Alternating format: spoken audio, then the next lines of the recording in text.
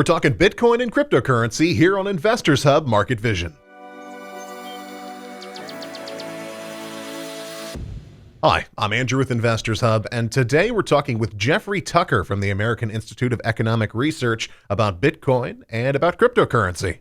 In an extraordinary stroke of luck, we managed to schedule this right around the time that Bitcoin decided to pop off.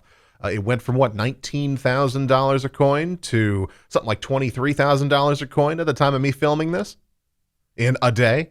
Without further delay, let's hear from Mr. Tucker. So what do you predict the market cap / cost of Bitcoin will be in the next 10 years? And what factors will change your prediction? Well, somebody once told me that you can make a price prediction or a date prediction, but never both, because you'll be wrong. My prediction record on Bitcoin has actually been pretty good, though, because I called $30, and then I called $100, and then I called almost to the date $1,000. What I didn't call was the $300 it would soon collapse to. So I could catch the upside, but not so much the downside. I also did forecast that after the first time 3 years ago that Bitcoin obtained a 20K price, that it would fall back dramatically, which it did. And then I also correctly predicted that it would languish up and down around $10,000 plus or minus $1,000 for up to 3 years or more, just because of it's a personality issue. You know, getting to know Bitcoin is actually like getting to know a mercurial personality. After a while, you learn to understand its ups and downs a little bit. So I anticipated that we'd hit 20K before the end of the year. And then I said that it would fall back to 14, and if it didn't fall back, it would bump up against 30K by the summer. And I still continue to believe that, in which case it would fall back to 17. I think that we've now hit an all-time price high just now, and it's pretty firm. You know, it's not like the last time it bumped against 20K, which was just this bout of frenzy. This is real. It's institutional investors and more money managers getting involved with the increasing strictness on the part of mainstream payment processors. You've got more and more enterprises actually turning to cryptocurrency as not just as a store of value, but as an actual means of exchange, which is relatively new.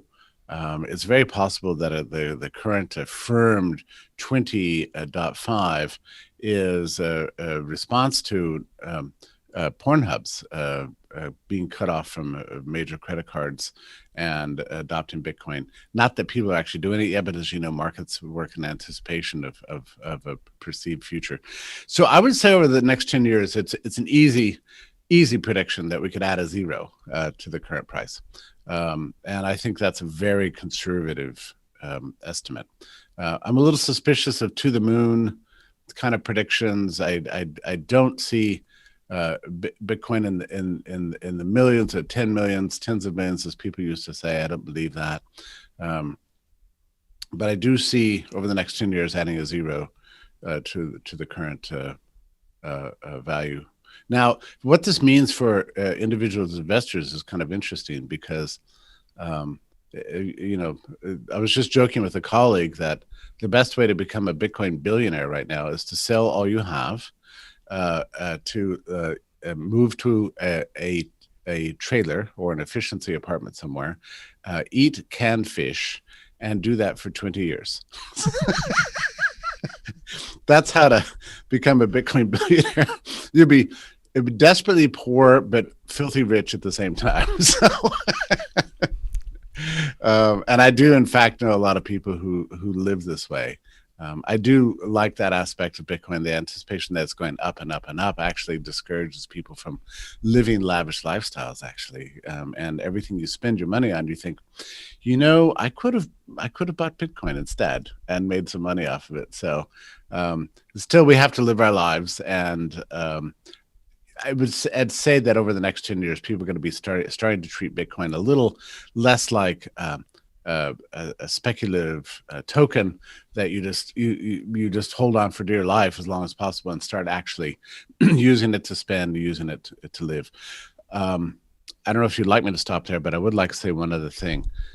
There's been a lot of debate within the crypto community on whether and to what extent Bitcoin is actually designed as something to spend, or if it's supposed to operate as a kind of gold foundation for uh, other applications to be built on top of it for spending, like the Lightning Network and so on. I'm not sure that debate is settled. Bitcoin is a lot more expensive to use and a lot slower than I ever anticipated or wanted it to be. But fortunately, we do have a lot of competition within the sector right now. So there's plenty of other tokens out there that you can use for spending, and the fungibility between Bitcoin and all these other tokens is very, very clean and clear and effervescent. So it's possible now within the sector to hold Bitcoin and convert it to another instrument for spending purposes, and then after you finish spending, move back into Bitcoin. That's easy to do now with just simple application. So I would anticipate that the whole crypto sector is going to be experiencing over the next 10 years a really good bull market. So, do you think that big governments will continue to allow transactions in Bitcoin as it continues to grow and maybe starts competing with government-sponsored currencies? Well, I mean, governments are going to continue to try to regulate us. This has been a problem from the very beginning. The governments don't really know what it is, and the reason they don't know what it is that nothing like this has ever existed before. They don't know whether to treat it as a personal property, as a security, as an income or a dollar proxy, or just as a stock. It's it or as a payment system. So it's been a very difficult thing to regulate, which is why they haven't been that successful in doing so. Um, in the 10 years of its existence, really, I guess 11, governments have not really been successful at tethering the use of Bitcoin, even though they've tried this and tried this and tried this and tried that.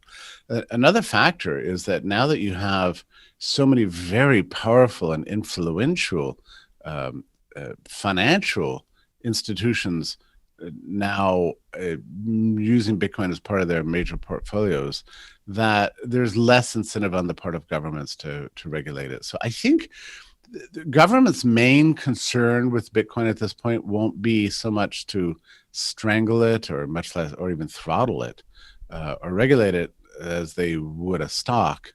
I think government's main concern is that they are able to wet their beak in the profits. That's the main thing. So the tax enforcement aspects of Bitcoin are only going to grow more intense. In fact, when you file your taxes for this year, you'll be asked to check a form if you've bought or sold cryptocurrency this year, and they will be able to check that against the records of major exchanges like Coinbase and others. So that's, I guess, a bit of a threat.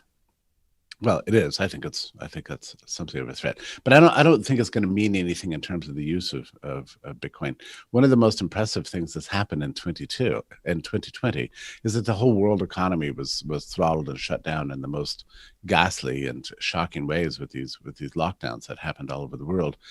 There was never any talk of shutting down Bitcoin. You can't do it, much less locking it down. So Bitcoin has been a great performer this year, showing and proving what people said from the beginning, that this is solid, and that it operates without the necessary use of third parties, and that there's really nothing that governments of the world can do to stop it.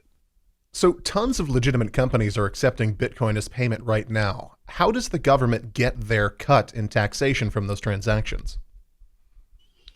Well, government's going to get its cut by its reporting requirements, the same as they do with dollars.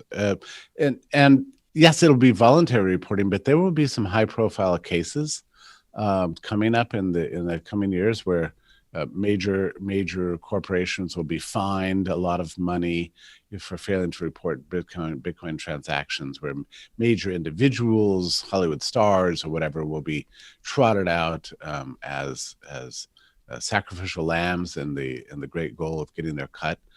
So and that will in turn inspire kind of public fear for people to cough up the truth about what they're doing. Um, uh, Again, if you're using an exchange, this is going to be pretty easily enforced. I totally expect revenue agents to start imposing really strict reporting requirements on these third-party custodial services. So there'll be um, a lot of transparency there that government can track. On the other hand, if you're using Bitcoin as it was originally intended, which was like say, you've got an offline wallet you're using that you plug in only when you're making purchases, it seems actually unviable that is trackable and traceable to the same extent that it would be if using a third-party custodial service. So another cryptocurrency, Ethereum, has the ability to put digital contracts into the blockchain itself. So I know this is kind of two separate questions, but do you think that Ethereum and its derivatives might exceed Bitcoin in market cap and or usefulness over the next sort of X time period? You know, the interesting thing about Ethereum is that it came about because the original Bitcoin protocol was supposed to include, and we know this from Satoshi's own code, the ability to build smart contracts into Bitcoin. But as Bitcoin matured, the protocol began to be was refined in ways that some of the original innovators of it didn't really imagine. So Ethereum, so Bitcoin, in the interest of keeping the block small, and therefore keeping the network as decentralized as possible, smart contracting was not permitted within Bitcoin itself. So Ethereum was developed out of frustration at that definite decision to maintain these relatively small blocks. So Bitcoin, I think, in a conceptual sense, I should say, Ethereum should be considered part of the original Bitcoin vision. So I don't really see them as necessarily separate. Smart contracting comes about as an observation about the technological features of blockchain tech. Blockchain is itself a ledger that's open source, that enables ownership rights to be established and maintained within an environment of transactions or value transferring. But the uses of blockchain technology are as big and broad as, say, for example, the uses of the database, the electronic database that was invented in the 1970s. So imagine how much databases have changed our world. Blockchain is capable of doing the same thing. It's even more powerful because it doesn't have a central point of failure, and there's absolute transparency as to what belongs to whom on a blockchain technology. So part of that is smart contracting that gets rid of the need for, again, third-party dispute resolutions. That's an immense market value. I think there was a great deal of optimism about Ethereum early on that tended to dissipate. But as the crypto sector matures, I'm fully expecting that the smart contracting will become an integral part of the crypto economy. Maybe not in the near term, but sometime over the next 10 years. As terms of its valuation, I don't think it has any chance of coming anywhere close to the market cap of Bitcoin anytime soon, if ever. But it's not really necessary. And I would say the same thing about something like Bitcoin Cash or some of these stable coins. You know, they serve their purposes without being speculative investment tokens. So it doesn't actually matter how much the valuation of it is. You can still have a useful cryptocurrency as long as it has some valuation and permits the establishment and claim of ownership rights over the piece of the blockchain that's relevant to its own ecosystem. Anything else you'd like to add? I've been involved in the sector pretty closely since about 2012, and during this time, I kept thinking that at each new price plateau, that the incredulous, the people who claim that this is just a Ponzi scheme or not real, it's a fad. I kept expecting that they would eventually give in. What I've learned over these years is that people never admit that they're wrong, and people can hold their opinions regardless of the empirical reality all around them.